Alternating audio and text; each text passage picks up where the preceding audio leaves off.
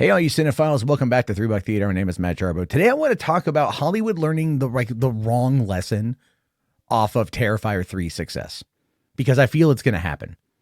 Now, the big upset over the course of the last weekend, obviously, was Joker Folie à Deux falling so far, like in its second weekend, 81% drop, whereas Terrifier 3, the third film in an ultra gory franchise, came on out and did absolute gangbusters with over $18 million, almost $19 million in its opening weekend in only like 2,500 theaters.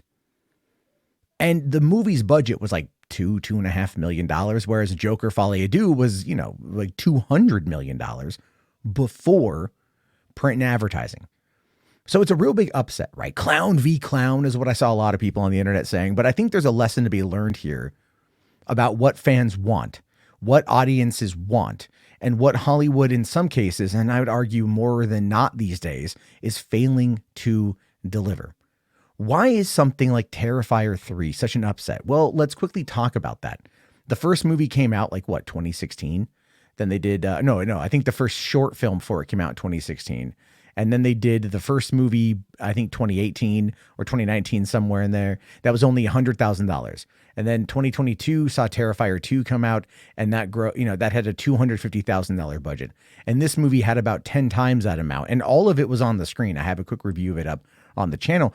But what I'm saying here, though, is you have this movie, $2.5 million, ultra gory, wide release, unrated, no MPAA at all. And that is the key factor here, because the MPAA, which in many ways has an absolute stranglehold on the industry, because it's the lobbying arm of the industry, and they have censored and they have diminished and they have eradicated so many creatives' abilities to tell stories in the way that the creatives want to, all based on some arbitrary, how I feel in the moment rating system. And nobody ever seems to want to do anything about it. And yet here comes Terrifier 3, a movie that would be rated X, most likely, right? Or, not even NC-17, rated X, because of how bad it is. The shower scene, if you know the shower scene, you know what I'm talking about. Anyway, unrated in theaters, expanding its theater count this second weekend. Back in 2012, there was a little movie called Hatchet, unrated, that wanted to play. AMC was going to play it nationwide. The MPAA lost their shit over it and basically bullied AMC to not do a wide release of this unrated film. This is a wide release of an unrated movie that decimated the box office, that destroyed other films that were completely studio mandated. Everything was studio backing. And that is the more interesting lesson to learn here. It's time for these studios and these executives to start pushing back on what we know, on what has been about this very transgressive, restrictive, in some ways authoritarian control over what people see in theaters. Now, the thing you have to remember here is that the MPAA is largely controlled by the studios, and the theaters are supposed to be the independent kind, but again, they're still kind of held to this. They're kind of held captive, if you will. And I think Terrifier is a great way to give a middle finger to the studios and a great way to bolster movie theaters. And if I was a movie theater chain, I would at this point would kind of go, wait, all bets are off. All bets are off. We don't need to be holden to these people anymore. We don't need to adhere to these standards. We can do what we can do. And I think that's a lesson they should learn. But the problem, though, is that the MPAA is now going to look like they have egg on their face. And so they're going to clamp down even harder. They're not going to want this to be replicated again because they don't have control. And that's what they rely on. Studios, on the other hand, are going to look at this and think, well, we can just flood the market with low rent horror movies and hope that we get a couple good hits out of that, right? I.e. the Blumhouse effect at this particular point in time, because Blumhouse 10, 12 years ago was an absolute powerhouse of inventive, creative horror. They were doing gangbusters for movies with $5 to $10 million budgets. Now Now that they've leaned into PG-13 nonsense, it's gone to crap. Okay. Did anyone see Night Swim? Yeah, I rest my freaking case. So in that front, what you've got to realize is like studios are going to be trying to figure out what they can learn from this, when the answer is simple. Listen to the fans. Listen to the horror fan base. The horror fan base, those who subscribe to Shudder, those who subscribe to Screambox, those who go to all the different horror conventions all the time, they are the most dedicated fan base of anything in the United States outside of maybe anime. And I've said this for the longest time, that the two genres that people will show up for are anime and horror. And the thing with horror fans is they're loving, they're kind, they're inviting, they're sweet, they're caring. For all the crazy, zany, disgusting, macabre stuff that they enjoy, they're really nice people. They're not entitled. They're not like any of that stuff. You know, Star Trek fans, Star Wars fans, Marvel fans, DC fans, entitled AF. Okay. Horror fans aren't like that. The movies are cheap. The movies can make a lot of money. And there's a very dedicated fan base there to pay for it. So how is that not something that is replicatable across the board? That is what these companies are going to try to figure out. But the problem, though, is they're going to most likely look at algorithms.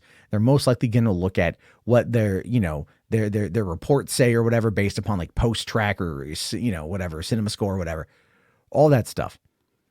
And they're going to look at that, in my mind, and they're going to get the wrong impression.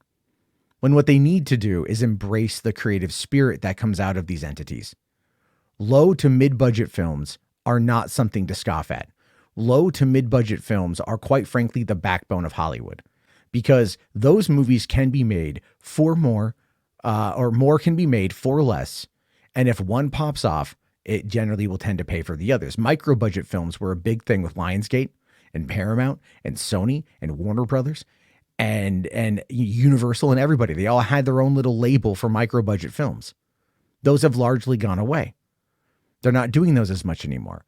And the thing is, people want an excuse to go to the theaters. So you have to give them a reason to go to the theaters. And big flashy movies aren't always going to get them in the door.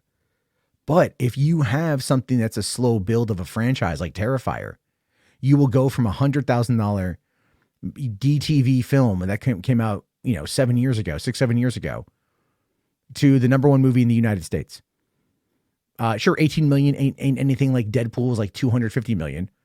Okay. But it doesn't matter. It doesn't matter at all. The lesson here is that you listen to the creatives. And that was actually another thing about Deadpool and Wolverine. They listened to the creatives. They let Ryan Reynolds and Sean Levy cook. And they brought in Wolverine, and they made the movie about heart. And they made the movie about love. And believe it or not, a lot of horror films are based around the same thing. Believe it or not. And that's one of the reasons why, if you approach it from that perspective, you will usually find more success. And I'm afraid that Hollywood is just not going to learn that they've become in many ways cynical and bitter. And they've become that way because the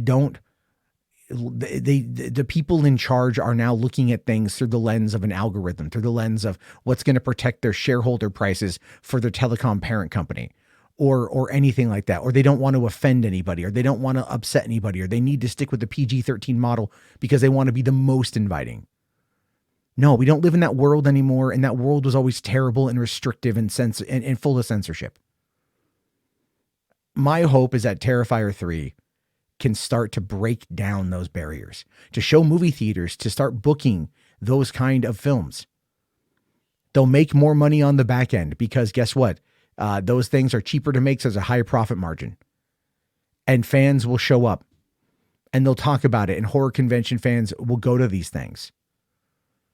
It's time, quite frankly, for the indies to start really claiming their space. If they can get the funding to do a wide rollout, there's a high probability. Look at Winnie the Pooh, Blood and Honey. My God. Okay. Like we've got a whole Pooh-verse happening right now. And those movies objectively aren't great, but people like them. And they're wanting to see more. And that is the world we're in this moment. And they should seize it and learn from it and build off of it. If you want to rebuild the movie theater going space, You have to look to the indies because those are the people who will bring the dedicated fan base in. Hollywood is not doing that right now because people are conditioned to just wait to watch that stuff at home. There's not a lot of excitement when you can just go, I'll wait. But these other movies, the word of mouth spreads. People want to go experience something with a group of people. And you're going to get a lot of that out of horror. So there you go. Those are my thoughts on this one. What are your thoughts? Let me know down in the comments below. If you guys like these Let's Talk About current event videos, let me know. I want to build them up because I miss doing Hollywood After Dark. I really do. And I still want to talk about the industry and what's happening. So I'll talk to you guys later. Thank you very much. Like the video and have a good one.